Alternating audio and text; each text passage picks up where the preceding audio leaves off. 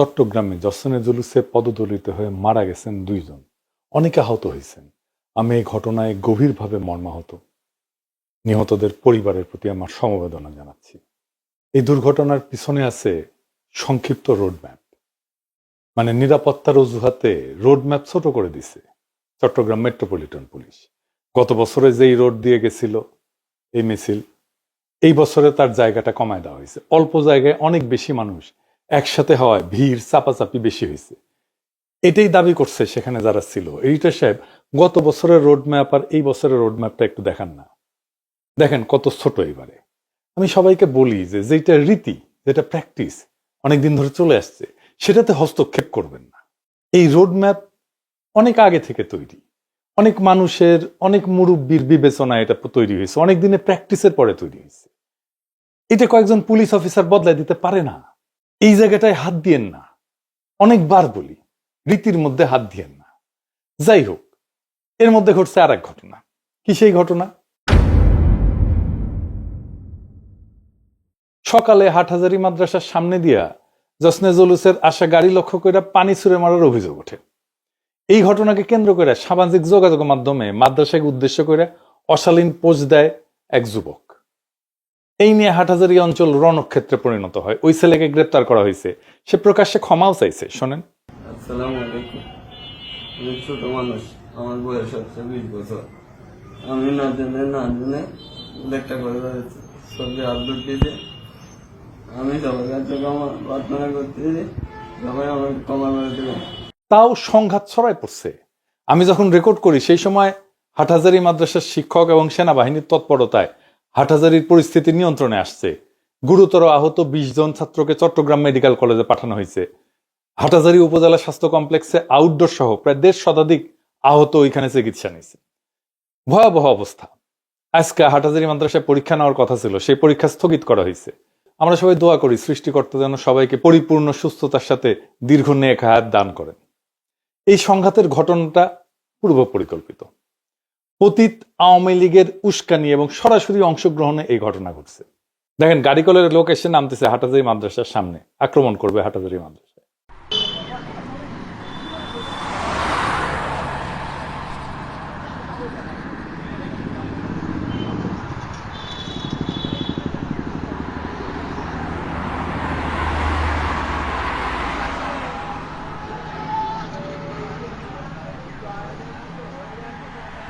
যদিও চট্টগ্রামের 2 পক্ষের মধ্যে ঐতিহাসিক দ্বন্দ্ব আছে, আমি সেটার বিস্তারিতে যাব না। তবে বিগত বাকশালী আমলে সুন্নি কমিউনিটির অনেকেই আওয়ামী লীগের সহযোগী ছিল, তাদের সুবিধাভোগী ছিল।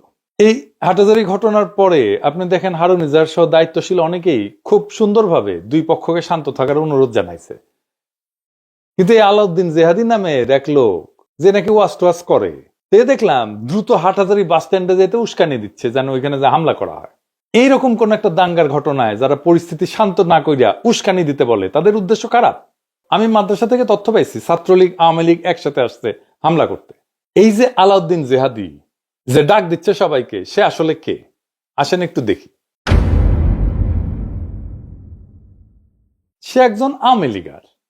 সে বলতেছে হাসিনার জন্যই ওয়াজ করতে পারতেছেন আপনারা। শুনেন। বঙ্গবন্ধু কন্যা আজকে আসে বিদায়, তোমরা শান্তি মতো যেখানে খুশি ওখানে মাহফিল করতে পারতেছ। আবার বলে 1000 বছরের শ্রেষ্ঠ বাঙালি বইলে মুজিব বন্দনায় কাইট হয়ে পড়ে যায়। শুনেন।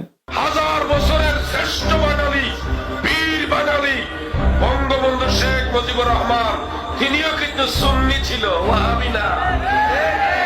সে কিছুদিন আগে বলছিল যে প্রফেসর ইউনূস ইসরায়েলকে টাকা দিচ্ছে, সেটা আবার আওয়ামী লীগ ছড়াইছে অনলাইনে। দেখেন, প্রধান উপদেষ্টা প্রেসিডেন্টকে সেটা বিবৃতি দিয়ে প্রতিবাদ করতে হয়েছে। আবার উল্টা নাকি সে নিজেই ইসরায়েলে গেছিল, যখন গাজায় হামলা চলতেছে তখন সে বলতেছে লাইভ করে আল-আকসার সামনে থেকে যে ইসরায়েলের সেনারা খুব হেল্পফুল, ভালো। দেখেন, সেটা নিয়ে নিউজও হয়েছিল, অনেকে সেই সময় তার গ্রেপ্তারও চাইছিল। আবার দেখেন, সে কয় আয়না ঘর কই, আয়না ঘর বললে কিছু নাই, আমারে তো হাসিনা জেলে নিছিল, আমারে তো আয়না ঘরে নেয় নাই। মানে মানুষ মনে করবে আরে সর্বনাশ, কঠিন বিপ্লবী, ফ্যাচি বিরোধী লড়াইয়ের কঠিন সৈনিক। শোনেন আগে কি বলে। তারা বলে খালি আয়না ঘরে ঢুকাইছে, এত আয়না ঘর কই ছিল? কত মানুষ জেল খাটলো, কেউ কইল না আয়না ঘর আছে। আমিও তো জেলে গেছিলাম, আপনারা কি জানেন না? আমিও তো জেলে গেছিলাম, আয়না ঘর আছে এই খবর তো জানতাম না। তোরে হাসিনা কেন জেলে নিছিল জানেন? জানেন না? আল্লামা শফি হুজুরের নামে কটূক্তি করেছিল। এই জন্য দেখেন, মানে সে ঐতিহাসিক ভাবে হাটহাজারির পিছনে লেগে আছে। এখন অবশ্য বিএনপি শেল্টার নিচ্ছে। দেখেন কি বলে বিএনপি নিয়ে। মানে বিএনপি আপনাদেরকে বলছি, ময়দান থেকে আওয়ামী লীগের সরাই এখন আপনাদেরকে সরানোর একটা পায়তারা চলতেছে, বিভিন্ন ষড়যন্ত্র চলতেছে আপনাদেরকে বিতর্কিত করার জন্য। সুন্নি কমিউনিটির ভাইদের বলবো, পতিত লীগের লেসপেন্সারদের খপ্পরে পড়েন না ভাইরা। আলাউদ্দিন জিয়াদির কার্যক্রম এভাবেই সামনে আসবে, আজ হোক কাল হোক। সে কে মানুষ জানতে পারবে। চট্টগ্রামে এবারের জশ্ন-জুলুসে এনসিপি, জামাত, বিএনপি, আপ বাংলাদেশ সবাই অংশ নিছে। খুবই ভালো হয়েছে এটা। অনেক উৎসাহ উদ্দীপনা নিয়ে সবাই গেছে। আমরাও খুব তাকাইছিলাম যে এটা খুব ভালো একটা অনুষ্ঠান হইতেছে। তো সবার এইরকম একটা পদক্ষেপকে এড়ায় যায় হাটাজারিতে হামলা করা মানে অন্য কারো হয়ে কাজ করা। এই অন্য কেউটা কে? এইটা হইতেছে ইন্ডিয়া।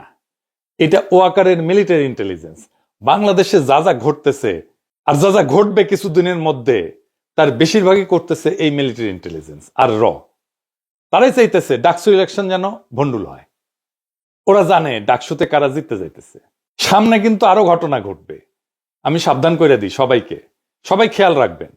যেমন ঘটনা আগে কখনো ঘটে নাই এমন ঘটনা, কবর থেকে লাশ তুলে আগুনে পুড়ায় দেওয়ার মতো ঘটনা, এরকম ঘটনা বাংলাদেশে ঘটতেছে।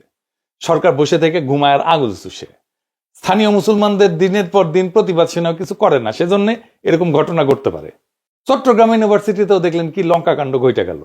এর মধ্যে ঢাকাতে 1000 লোক নিয়ে আওয়ামী লীগ মিছিল করে, এক জায়গায় না কয়েক জায়গায়। আওয়ামী লীগের এই সাহস কই থেকে আসে জানেন? বিএনপি এই সাহস দেয়। সেই জন্যই মার্কা মারা আওয়ামী লীগাররা ডাকসুতে বিএনপি কে ভোট দেওয়ার জন্য ক্যাম্পেইন করে। দেখেন, আবার আসিফ বলতেছে যে যারা ডিসেম্বরে নির্বাচন চাইছিল তারাই নির্বাচন পেছানোর ষড়যন্ত্র করতেছে। দেখছেন, বাংলাদেশের এই অনিশ্চিত অবস্থার জন্য প্রফেসর ইউনূসের সরকারের যথেষ্ট দায় আছে। বিপুল জনসমর্থন নিয়ে ক্ষমতায় আসছিল, 1 বছরের মধ্যে সে তার মূলধন পর্যন্ত সে খায়া বসে আছে। আওয়ামী লীগের তো পয়সার অভাব নাই, সে টাকা আসতেছে, খালি একের পর এক ঘটনা ঘটাইতে পারতেছে আর চুপ করে বসে থাকতেছে। পুলিশ তো আছে, সাথে আর্মিও আছে, ফুল ম্যাজিস্ট্রেসি পাওয়ার নিয়ে মাঠে। এরা জানে না 1000 খানেক লোক একসাথে হইতেছে আওয়ামী লীগের, কই হইতেছে। এদের ইন্টেলিজেন্স নেটওয়ার্ক কি এতই দুর্বল? এই এত দুর্বল হইলে ইলেকশন করবে কিভাবে আর ধরবে কি? ওয়াকারি তো প্রোটেকশন দেয় আওয়ামী লীগের মিছিলকে, যে ধরা যাবে না, সেজন্যই করতে পারে আওয়ামী লীগের মিছিল। প্রফেসর ইউনূস এখনো পরিস্থিতি সামলাইতে পারে, কিন্তু বলে লাভ কি? বলে লাভ নেই, বললেও করবে না। তাও বলবো কি করা উচিত, ডাকসু ইলেকশনটা পার হোক। অনেক কিছু নির্ভর করতেছে এই ইলেকশনের উপরে। আমি আপনাদের হতাশ করতে চাই না, এটা মনে রেখেন। আমরা এটা ভুলে যাই না যে বাংলাদেশ কখনো ভীরুদের দেশে পরিণত হয়নি। ইতিহাসের প্রত্যেকটা বাঁকে প্রত্যেকবার জনগণ রাস্তায় নামে প্রমাণ করছে ইতিহাসকে সে তার নিজের হাতে লিখতে জানে। এই শক্তিই আমাদের আসল মূলধন, আমাদের আসল ক্যাপিটাল। আজ আমাদের সিদ্ধান্ত নিতে হবে, আমরা কি অশান্তির খেলোয়াড়দের হাতে বন্দী থাকবো, নাকি ভবিষ্যৎ প্রজন্মকে একটা নিরাপদ, মর্যাদাপূর্ণ, গণতান্ত্রিক বাংলাদেশ উপহার দেব। স্মরণে রাখেন, আমাদের ঐক্যেই কিন্তু তাদের ভয়, আমাদের শৃঙ্খলাই তাদের ষড়যন্ত্রের শেষ। আমাদের সাহসী বাংলাদেশের আগামী দিনের আলো। ইনকিলাব জিন্দাবাদ।